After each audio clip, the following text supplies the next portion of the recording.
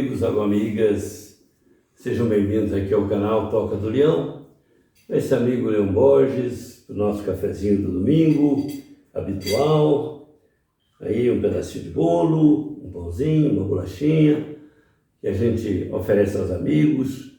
E eu aceito de bom grado que você tiver aí, seu leite, seu chá, seu cafezinho, para que nós possamos compartilhar esse domingo de manhã, essa maravilha de dia que Deus nos ofereceu, para nós podermos trocar ideias aqui rapidamente sobre algum assunto de interesse geral que nos possa ajudar no nosso dia a dia a refletir sobre as coisas importantes do cotidiano. O nosso assunto de hoje é a paz como antídoto. Vamos ao tema.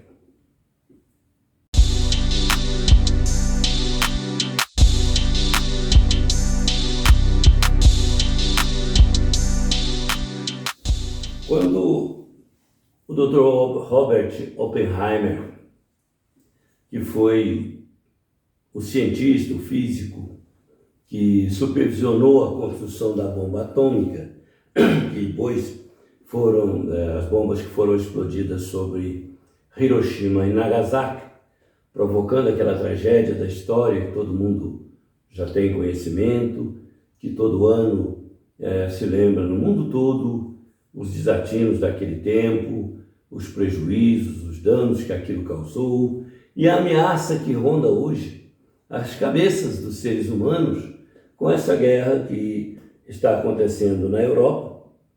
E naturalmente se fala, vez que outra, em acidente nuclear, perigo de arma nuclear e coisa que tal. Isso está, diríamos, no noticiário do nosso dia a dia. Mas naquela época, e isso está na revista Seleções de janeiro de 1952, eu encontrei aqui essa citação da ida do Dr. Robert Oppenheimer ao Congresso americano para prestar satisfações, contas sobre a bomba, os riscos, perigos e possível defesa, se houvesse, em relação a ela. E aí, a uma certa altura, ele é pressionado a responder, ele é questionado sobre se havia algum antídoto para a bomba. Dr.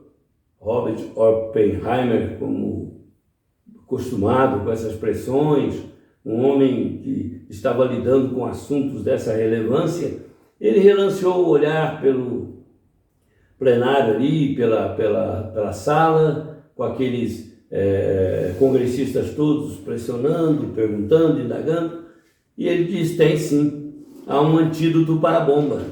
Isso foi um espanto geral, porque Hiroshima e Nagasaki havia mostrado que não havia defesa, né? Uma vez detonado o artefato, a tragédia estava consumada. Imediatamente com a destruição possível e depois pelas consequências que duram décadas e às vezes séculos para serem resolvidas. Então, o Dr. Oppenheimer deu aquela resposta que surpreendeu a todo mundo. E aí alguém perguntou: mas qual seria esse antídoto? Ele se virou para eles e disse: o único antídoto contra a guerra, contra a bomba atômica é a paz. Não há outra defesa. Então ele fazia essa observação de que a paz era o único antídoto contra a bomba atômica. E de fato é verdade, porque não há como controlar a energia dissipada, liberada, que a detonação de um artefato nuclear pode causar. O que nós sabemos da história é que onde se fazem os testes fica tudo ali condenado. Esses testes foram proibidos durante de um período para cá, né? Que as nações têm ogivas estocadas, várias delas, e que uma vez usado esse artefato não tem o que fazer, né? Então o antídoto para a bomba atômica, a defesa contra a bomba atômica é a prática da paz, não tem outra. Tem que se praticar a paz tem que existir, a paz tem que ser a razão de ser das interlocuções humanas, porque uma vez, se alguma pessoa um aloprado, um louco, um maluco, só pode ser nessas condições, acionar um artefato desse, embora aparentemente sãos, aparentemente no seu domínio, no domínio da sua sanidade, na verdade, para chegar a esse ponto de destruição dessa proporção, é preciso haver uma anomalia gravíssima. Então, nós estamos diante dessa dicotomia, né? A bomba, para ela, não tem defesa. Você tem um antídoto, não detona, não provoca, não aciona o botão. Porque se acionar o botão, não há o que fazer. Aí, caímos no campo das causas e dos efeitos. E isso, eu lendo a respeito do Dr. Robert Oppenheimer, eu busquei entender isso no nosso dia a dia, né? E continuamos mesmo sabendo que desde tempos imemoriais a paz é a nossa única defesa. A guerra não tem vitoriosos, todos perdem. A guerra é um jogo de derrotados. Qualquer guerra, seja a guerra entre nações, a guerra entre grupos, a guerra entre etnias, a guerra localizada, regional, enfim, qualquer guerra, inclusive e principalmente as guerras íntimas. Elas não nos trazem nenhum benefício, nos causam mais mal do que nós podemos imaginar. E é a paz que é o antídoto para essa conflagração. É a paz que nos pode defender. Não há nada que nos possa depois evitar o prejuízo de uma altercação grave, perigosa, de uma agressão recíproca, mútua. Não há nada, todos saem perdendo, todos sairão perdendo, inevitavelmente.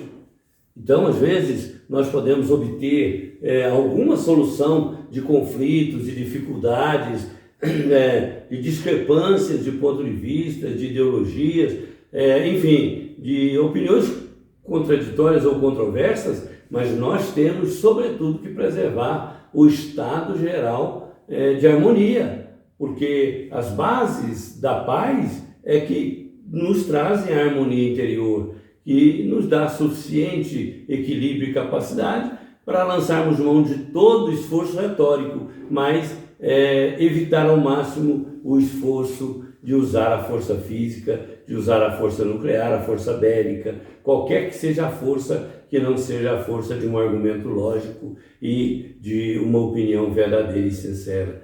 Nós sabemos que às vezes discussões pequenas se transformam em grandes contendas. Se num caso exacerbado aconteceu o que aconteceu em Hiroshima e Nagasaki, nós, às vezes, na vida familiar, vemos tragédias se desenrolarem inapelavelmente, irremediavelmente, irreversivelmente, por conta da escalada da violência, de se utilizar a força das palavras, palavras de força, e depois a força da força e qualquer força que nós tivermos à nossa disposição. Então, essa colocação do Dr. Robert Oppenheimer, ela é muito interessante de analisarmos no nosso dia a dia, porque nós não temos artefatos bélicos, mas podemos causar, às vezes, um estrago gigantesco no ambiente em que estamos, que por força do quê? Desse hábito ou desse veso de lançar a mão de um expediente violento e agressivo para resolver problemas que uma boa interlocução, com um pouco de paciência, se poderia resolver, poder-se-ia obter a solução. Então, nós somos advertidos por Jesus a cultivarmos a paz interior, né? A minha paz vos deixo, a minha paz vos dou, disse Jesus. A minha paz é diferente da paz do mundo. O mundo dá a paz, mas ele mesmo tira.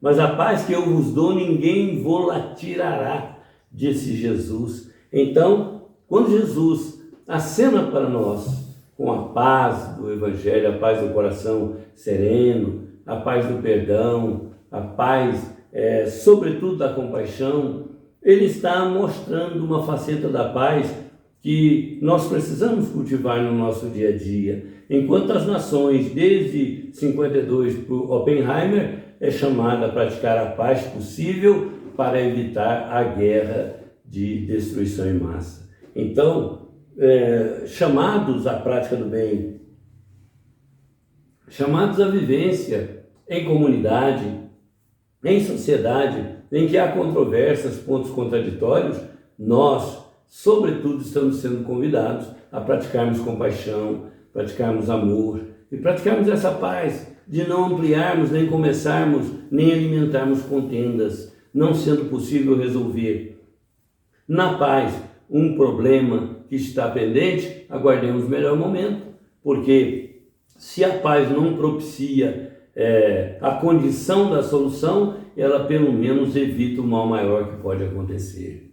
Paciência, né, é um dos ingredientes que precisamos praticar para que a paz seja verdadeira. Uma amiga espiritual nos disse certa vez: se você quer saber a força e o poder da paciência, olhe o mal causado fora dela.